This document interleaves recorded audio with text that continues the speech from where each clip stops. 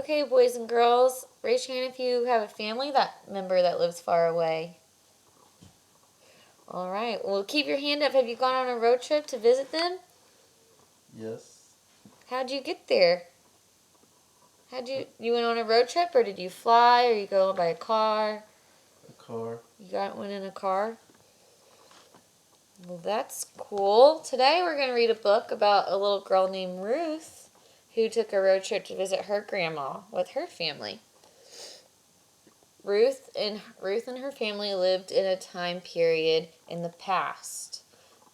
And it was a little bit after the Civil War. So they're traveling to Alabama to visit their grandma. Can you think of any examples of how the past might be different from our present? No. No, you think it was just the same back then? No. No, but you don't know how it's different, huh? No. All right, let's see. So this is called Ruth in the Green Book by Calvin Alexander Ramsey and illustrated by Floyd Cooper.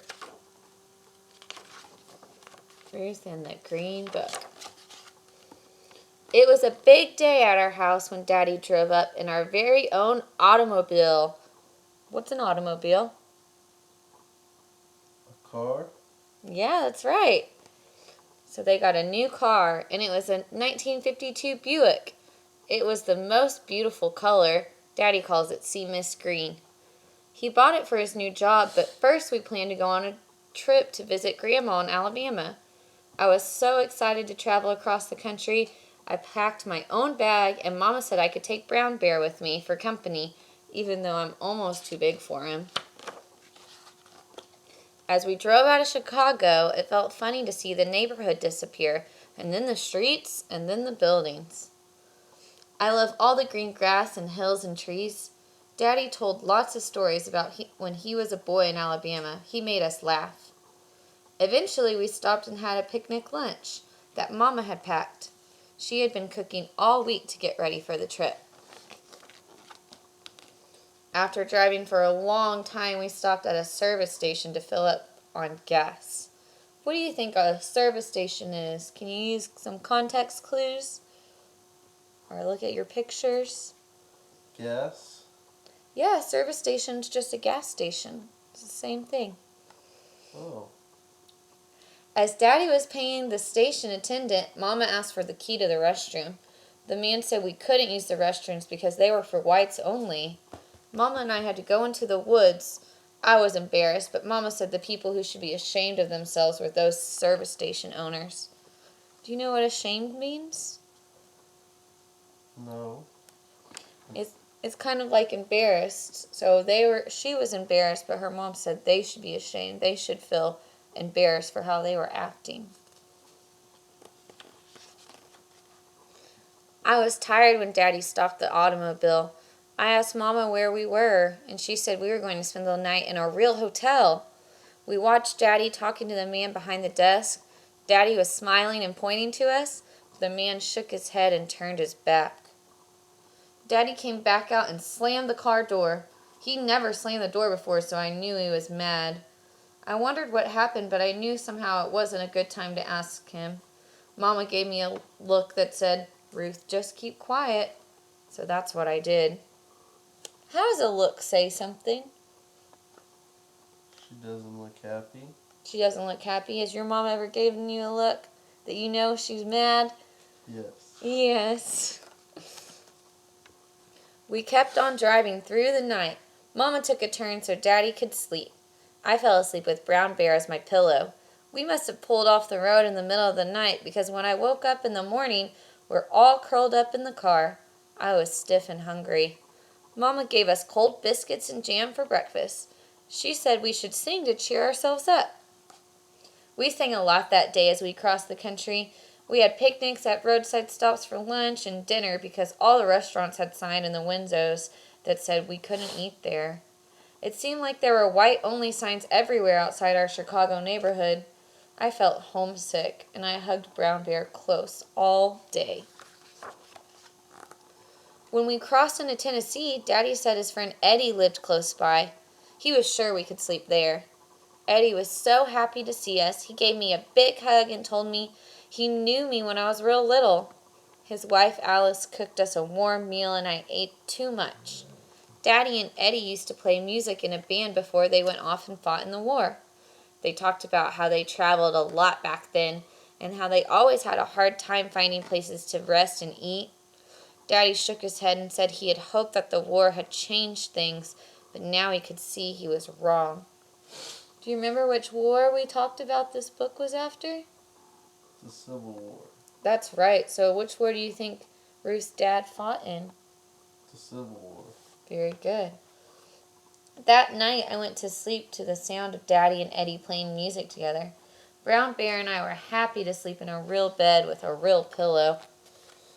The next day as we loaded the car, I heard Eddie talking quietly to Mama and Daddy.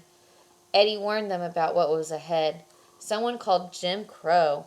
I heard Eddie tell them that however bad it was so far, it was only going to get worse for us. Maybe even dangerous as we went further south. Then Eddie saw me listening and picked me up and told me not to worry. He said I should look out for Esso service stations along the road because the people there would be nice to us. In the car I asked Daddy who Jim Crow was, and he explained that Jim Crow wasn't a who. It was a bunch of ugly laws forbidding blacks and whites from mixing in any way. I asked, why don't they want our business? Wasn't our money just the same? It hurt my feelings to be so unwelcome, but Mama sighed and reminded me that my job that day was to look for Esso stations. I spotted an Esso station near the Georgia border and sang out for Daddy to stop. Daddy filled the car up and asked the man if he knew where we could sleep for the night. The man showed us a pamphlet called The Negro Motorist Green Book. He explained this book was started by a postman, Mr. Victor Green, to help black people who were traveling. It lists places in lots of states where we would be welcome to sleep, eat, shop, get a haircut, and all kinds of other information besides. Right away, Daddy bought our very own copy for 75 cents. Mama read about a place nearby called a tourist home where we could stay for the night, the last night of our trip. Daddy called ahead and sure enough, the lady told us to come right away. Then Mama gave me the green book and said I was in charge of keeping it. I couldn't stop reading it. All those places and all those states where we could go and not worry about being turned away? We reached the tourist home in the early evening. Mrs. Melody, the owner, gave us a big smile when she opened the door. It was like coming home. And she wouldn't even let Daddy pay her. She said she welcomed Negro travelers because it was right to help each other out. I'm going to do the same thing one day. The next morning, I hated to say goodbye to Miss Melody, but Daddy said we could be at Grandma's house that evening. That made me very happy to get going again. It wasn't so easy, though. Our automobile broke down about midday in the middle of nowhere. People drove right past. I felt empty in the pit of my stomach. I hugged Brown Bear and wished we were already at Grandma's house, but Mama said not to worry, we could figure this out. She unfolded our map and told me the names of nearby towns. She said, Ruth, look in the green book and see if you can find a place in one of these towns that will fix our car. And I did. Daddy gave me a big hug and then he walked into town to find the garage that would help us. By the time we got the car fixed, it was too late to reach Grandma's house that day, so I looked in the green book and picked out a nearby inn that said they welcomed Negro travelers. It was a big house with lots of rooms. Most of the people there were businessmen traveling for their jobs. They each carried a green book. They said they could never do their jobs without it. We met a salesman named Jason who has traveled to all the states of the Union for his job. He told us such funny stories. Mama laughed so hard she had tears rolling down her face. For the first time since we left home, we were really happy. At the inn, I met a little boy who was traveling with his mother. It was the first time he had ever left home. And I could just tell he was scared.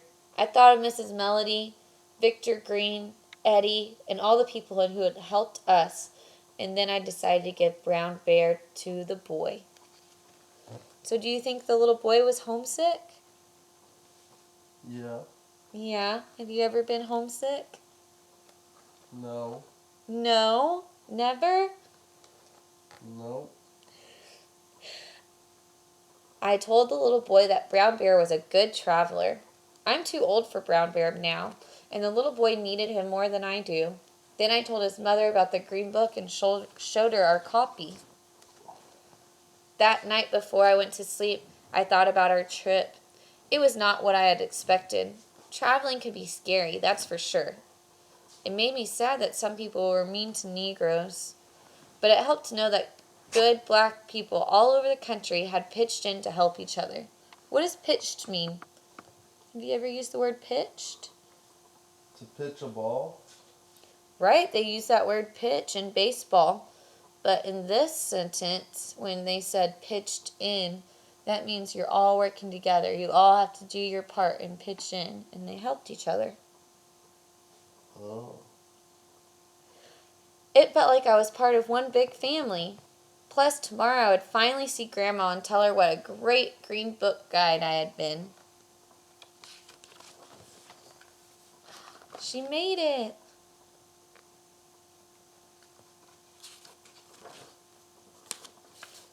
The end. Very good. So now can you see some differences from the past and the present? Yes. What did you see different?